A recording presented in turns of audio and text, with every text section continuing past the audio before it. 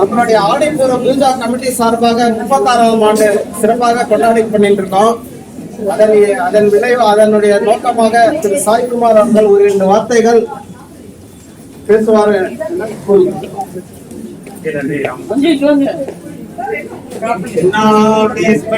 போற்றி நம்ம பார்வதி பதையே.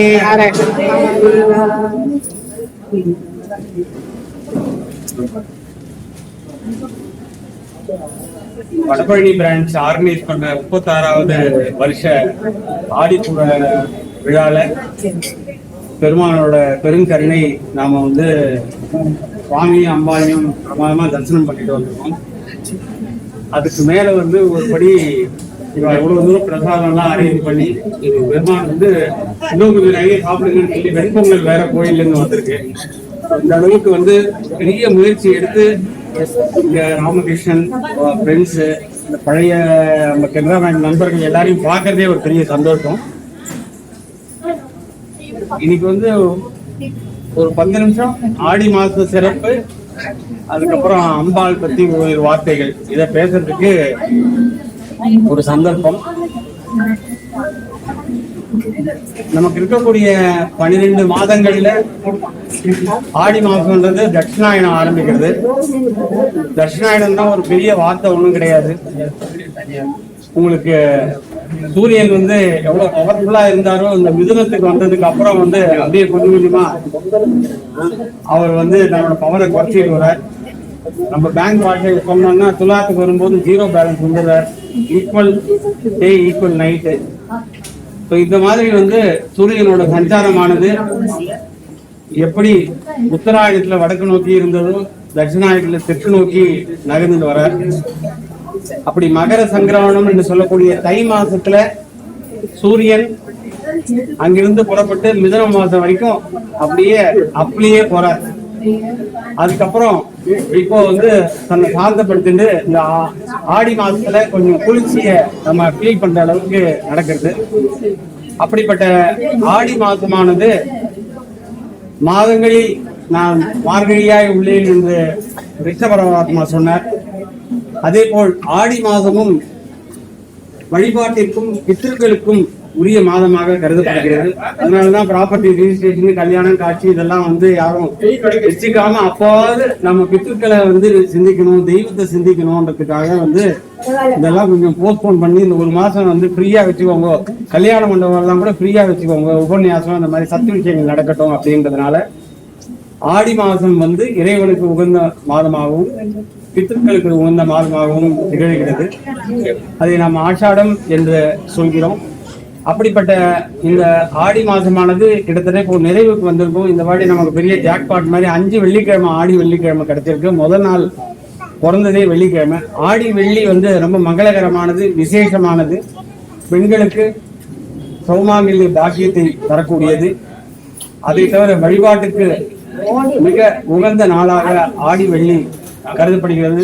கண்ணதாசன் பாடங்களிலேயே ஆடி வெள்ளி தேடி உன்னை என்று அந்த சீக்வன்ஸ் வச்சிருப்பார்.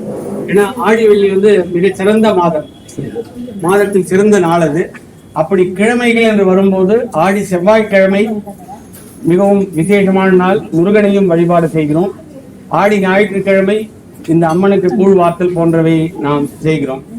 அப்படிப்பட்ட ஆடி மாதமானது முழு மாதமுமே ஃபுல்லா நமக்கு ஆக்ஷன் பேக்கடா, அதாவது யாரெல்லாம் இறைவனை நோக்கி போகணும்னு நினைக்கிறாங்களோ எல்லாருக்குமே சிறப்பு நாட்கள் அதுல வருது. அதுல நமக்கு முத்தாய்ப்பா இருக்கிறது இன்னைய நாள் ஆடிப்பூரம்.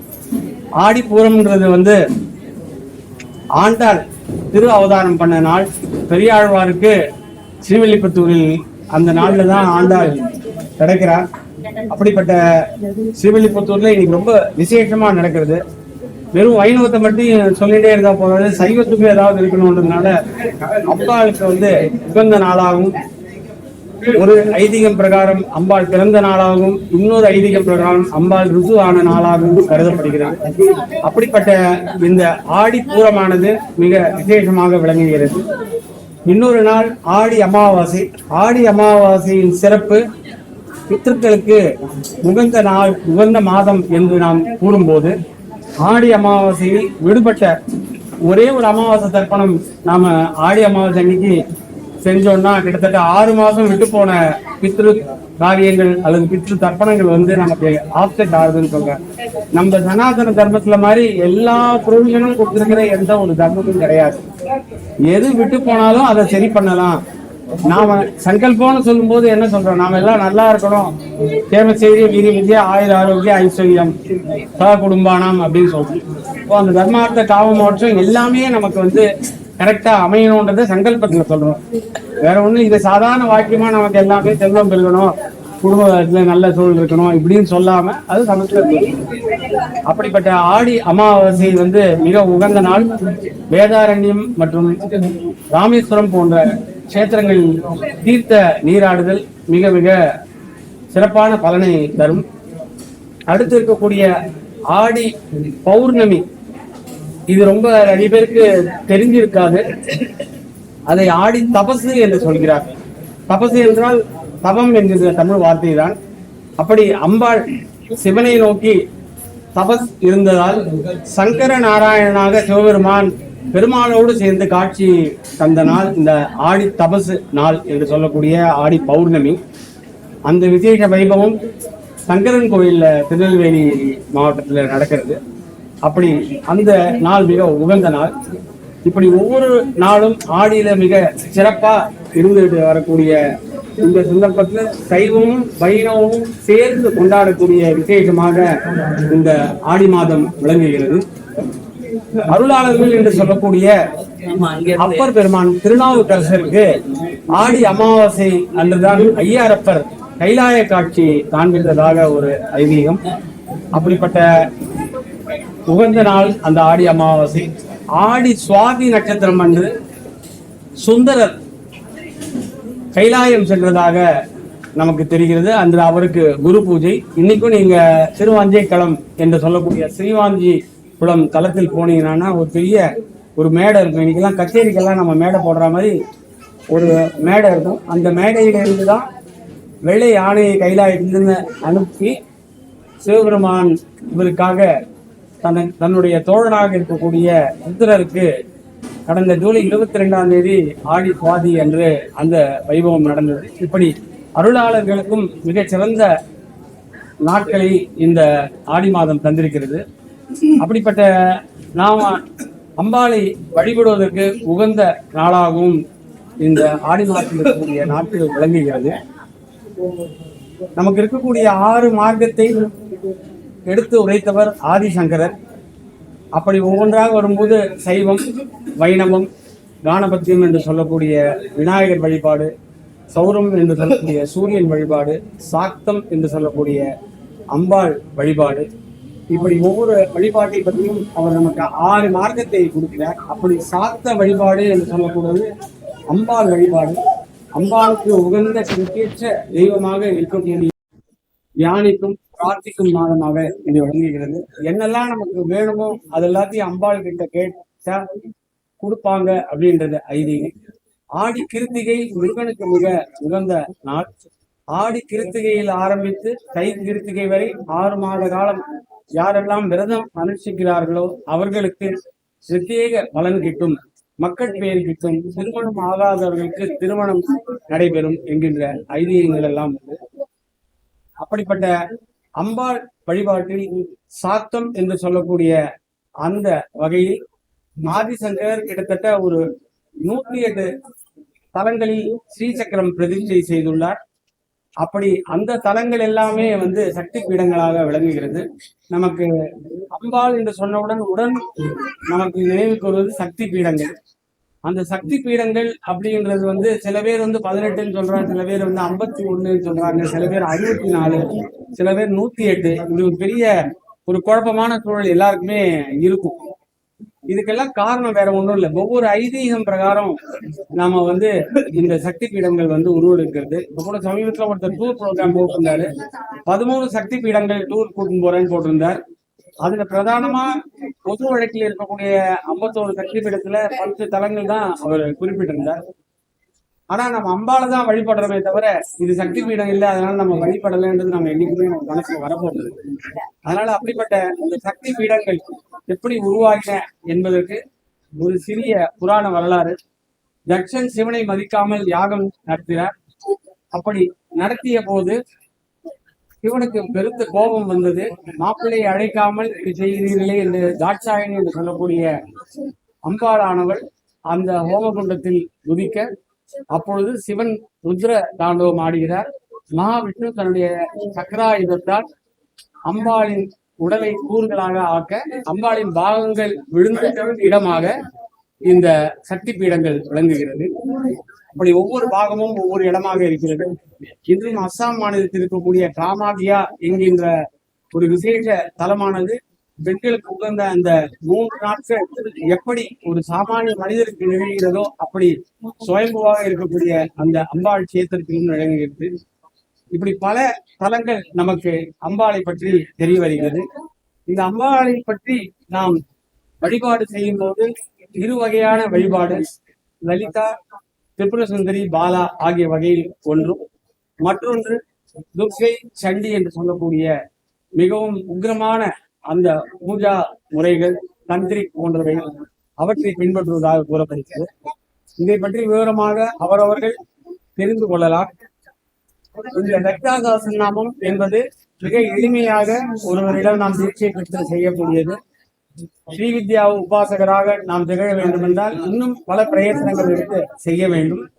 அதில் இருக்கக்கூடிய சந்தஸ், ரிஷி, பீஜாட்சரம் போன்ற விஷயங்கள் எல்லாம் அதில் உண்டு. அதை ஒரு சிறிய உதாரணம் கொண்டு கூறுகிறேன். ஒரு மகாலட்சுமி என்று கூறினோம் என்றால் அவருக்கென்று ஒரு மந்திரம் இருக்கும், ஸ்ரீம் அப்படின்னு இருக்கும். அந்த இச்சு, இஷு, இரு, இம் இந்த வார்த்தைகள் ஒவ்வொன்றிற்கும் ஒவ்வொன்றை ஈக்குவேட் பண்றோம். அந்த மந்திரத்தை உபதேசம் செய்தவர் ஒரு ரிஷி. அவர் ஒரு மீட்டர்ல அதை சொல்லியிருப்பார். அந்த மீட்டருக்கு சந்தஸ்ன்னு பேரு. அதுக்கு ஒரு மெயின் சிலபல் இருக்கு. அதுக்கு பீஜம்னு பேரு. பீஜம்ன்றது விதை. எப்படி ஒரு பெரிய ஆலமரத்துக்கு ஒரு சின்ன கடுகளவு விதை இருக்கோ அப்படி நம்மளுடைய வாழ்க்கையை செம்மப்படுத்தக்கூடிய அந்த உபாசனையானது நமக்கு பெரும் பலனை தரும். அப்படி அந்த பீஜம் அதில் இருக்கிறது. கீழக்கம் என்று சொல்லக்கூடியது ஆக்டிவேஷன். இப்ப எப்படி மொபைல சொல்றோம் இல்லையா, நேற்று ஃபுல்லா நேரத்தோட முடிஞ்சிருக்கு, சார்ஜ் இல்ல, ஆக்டிவேட் பண்ணணும். அப்படி அம்பாள் அவரை நமக்கு ஆக்டிவேட் பண்ணி நம்மளுடைய வாழ்க்கையை செம்மைப்படுத்த அது உதவுகிறது. அக்ஷரம் என்று சொல்லக்கூடியது அந்த வார்த்தை. இப்படி ஒவ்வொரு வழிபாட்டிற்கும் இந்த முறை உண்டு. அம்பாள் வழிபாட்டிற்கும் இது போன்ற நாம் இனிஷியேஷன் என்று சொல்லக்கூடிய அந்த தீட்சை பெற்று செய்ய வேண்டும். எப்படி ஓம் நமச்சிவாய என்பதை நாம கூறலாம், சிவாய நமக என்று நமக்கு யாராவது உபதேசம் செய்துதான் செய்ய வேண்டும் என்கின்ற ஐதீகம் உண்டு. இப்படி அம்பாள் பிரசித்தமாக இருக்கக்கூடிய பல கஷேத்திரங்கள் உள்ளன. அந்த வகையை பார்க்கும்போது பாடல் பெற்ற ஸ்தலங்களில் நாம் மிகவும் பிரசித்தமாக அறியும் தலங்களில் கஞ்சி காமாட்சி, மதுரை மீனாட்சி, காசி விசாலாட்சி, இது தெரியாதவர்கள் யாரும் இருக்க முடியாது. இந்த ஸ்தலங்கள். அதன் பிறகு திருமையச்சூர் என்று சொல்லக்கூடிய லலிதாம்பிகை கஷேத்திரம் பேரகத்திலிருந்து 4 கிலோமீட்டர் தொலைவில் உள்ளது. திருக்கடையில் இருக்கக்கூடிய அபிராம பட்டருக்கு இன்று அமாவாசையாக இருந்த போதும் பௌர்ணமி என்று அவர் கூறிய வார்த்தைக்காக அம்பாள் பிரத்யட்சமான நாள். அந்த அம்பாள் ஆதிபராசக்தியாக அங்கே அவருக்கு தன்னுடைய தோடை வீசி எறிந்து பிரத்யட்சமானது. சரபோஜி மகாராஜா இவரை பார்த்து ஒரு பைத்தியம் என்று கூற அவர் அம்பாள் அருளினால் அந்தாதி பாடுகிறார். 100 பாடல்கள் அபிராமி அந்தாதி பாடுகிறார். அப்படிப்பட்ட ஒவ்வொரு தலமும் முக்கியமானது. திருத்தருக்காவூர் என்று சொல்லக்கூடிய அம்பாள் கஷேத்திரம் கர்ப்ப ரட்சாம்பிகை. இப்ப இந்த இடத்தெல்லாம் பாத்தீங்கன்னா இதெல்லாம் ஃபர்ஸ்ட் ப்ரிஃபரன்ஸ் அம்பாள் தான்.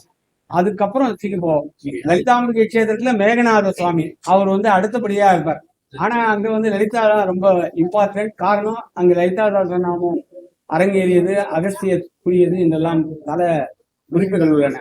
இப்ப இதெல்லாம் நம்ம டிராவல் பண்ணும்போது இப்போ ஒரு நிறைய ஆன்மீகம் தெரிஞ்சிருக்கும், நிறைய பக்தி இருக்கும், நிறைய இலக்கியம் தெரிஞ்சிருக்கும். இது 3 கலந்து அனுபவிக்கும் போது சங்கீதம் தெரிஞ்சிருக்கும்.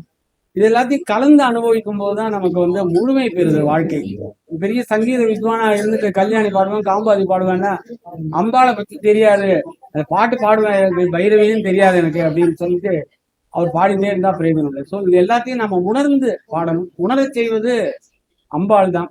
அப்படி சக்தி வடிவமாக இருக்கக்கூடிய அம்பாள். இந்த கர்ப்பரட்சாம்பிகை கேத்திரம் போல் 3 தலங்கள் அருகருகே உள்ளன. யாராவது மக்கட்பேர் இல்லைன்னு சொல்றாங்கன்னா அவங்களுக்கு இது நீங்க சொல்லலாம்.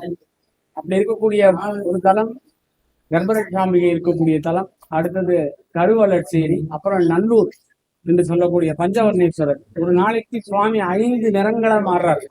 அந்த கேத்திரத்துல காளி இருக்கா. இந்த 3 பேரையும் ஒரே நாள்ல நம்ம வழிபாடு பண்ணோம்னா நமக்கு அந்த மக்கள் பேர் கிட்டும் இந்த ஐதீகம். இப்படி பல விஷயங்கள் சம்பந்தர் காலத்திலிருந்து அம்பாளுடைய 3 வயது குழந்தை கொல்லப்பட்டூரில் தன்னுடைய ஓடம்போக்கி அந்த பதிகம் வருகின்ற அந்த ஊரில் செல்லும் போது சுவாமி திருக்கோலக்கா வந்தப்போ அந்த குழந்தை கை தட்டுறது ஞான சம்பந்தர். அந்த கை தட்டி பாடும்போது சப்தம் வரல. அதுக்கு அம்பாள் ஓசை கொடுத்த நாயகியா திருக்கோலக்கா கஷேத்திரத்துல இருக்கா. இப்படி ஒவ்வொரு கதைகளும் நமக்கு பெரிய பக்தியை உண்டு பண்ணுகிறது. இன்னைக்கும் திருக்கோலக்கால நாங்க 15 வருஷத்துக்கு முன்னாடி போனப்போ 250 குழந்தைகள் பேச்சு வராதவங்க பேசியிருக்காங்க. ஆனா இன்னைக்கு அந்த டைரியே ரொம்பிட்டு இருக்கும். அவ்வளவு பேருக்கு விஞ்ஞானத்தால் இவர் பேச மாட்டார் என்று கூறிய 2 பேரும் ஹஸ்பண்ட் அண்ட் ஒய்ஃப் டாக்டர்ஸா இருக்கிறவங்க வந்தப்போ அந்த 8 வயது சிறுவன் அந்த ஓசை கொடுத்த நாய்க்கு முன் வந்து அம்மா என்று உடனே கூறியது என்பது பெரிய ஆச்சரியம். ஆனால் பக்திக்கு மிஞ்சியது ஒன்றுமில்லை. அருளில் தாய்க்கு நிகராளவள் அம்பாள். அப்படிப்பட்ட திரிபுர சுந்தரியாக இருக்கக்கூடிய அம்பாள் அஷ்ட சித்திகளையும் தரக்கூடியவர் என்று திருமூலர் கூறுகிறார். அப்படி அஷ்ட சித்திகளை தரக்கூடிய அம்பாளை வழிபட்டு நாம் பெரும் பலன்களை பெற வேண்டும். இப்படிப்பட்ட மாதங்களை நாம் உபயோகித்துக் கொள்ள வேண்டும். ஒரு சந்தர்ப்பத்தை ஒரு வங்கியில் ஏற்படுத்தி 36 ஆண்டுகளாக இங்கு கனரா வங்கி நண்பர்கள் செய்து வருகிறார்கள். அப்படிப்பட்ட இந்த சிறப்பான அபிஷேகம் அம்பாளுக்கு படையல் சார்த்தி, படையலானது கர்ப்பிணி பெண்களுக்கு கொடுக்கப்படும் போது அந்த குழந்தைக்கு நாம் ஒரு நோக்கியா இல்லை அப்படின்னு ஒரு படையல் ஐதியங்கள் மிக உயர்வான வாழ்க்கையோடு பெண்ணில் விளைந்தது.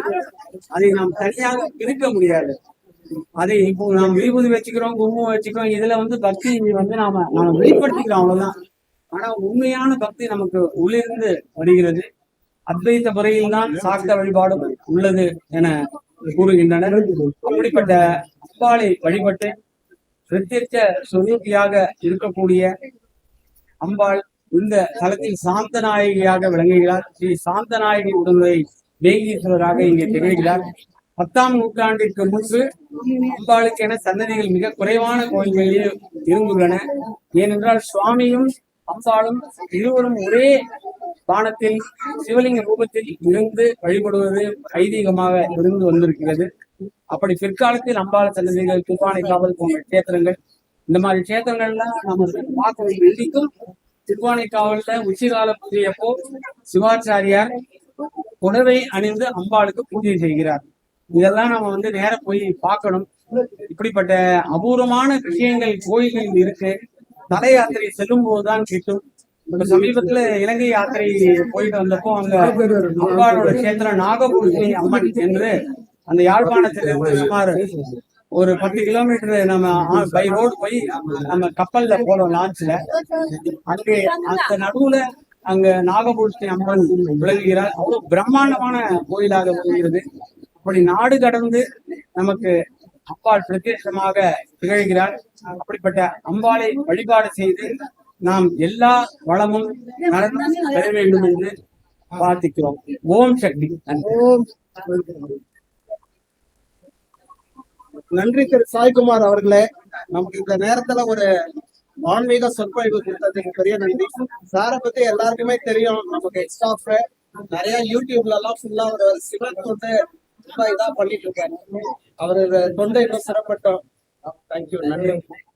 தலங்கள் பத்தி என்ன டவுட் இருந்தாலும், எந்த ஊரு, எந்த கோயிலு, எப்படி போகணும், இந்த மாதிரி ஸ்ரீலங்கா போகணும் அல்லது பத்தி என்ன டவுட் இருந்தாலும் அதுதான் ஷேர் பண்ணலாம். டைரக்டா என் நம்பர் இல்லைன்னா கூட சேகர் சார் மூலமா ஆடி போகணும். எந்த டவுட் வேணா எனக்கு தெரிஞ்சுன்னா கண்டிப்பா சொல்றேன். 7000 கோயில்களுக்கு லிஸ்டிங் பண்ணி வழிகாட்டி அதுக்கு அப்பாற்பட்ட தரங்கள் கண்டிப்பா தெரியும்.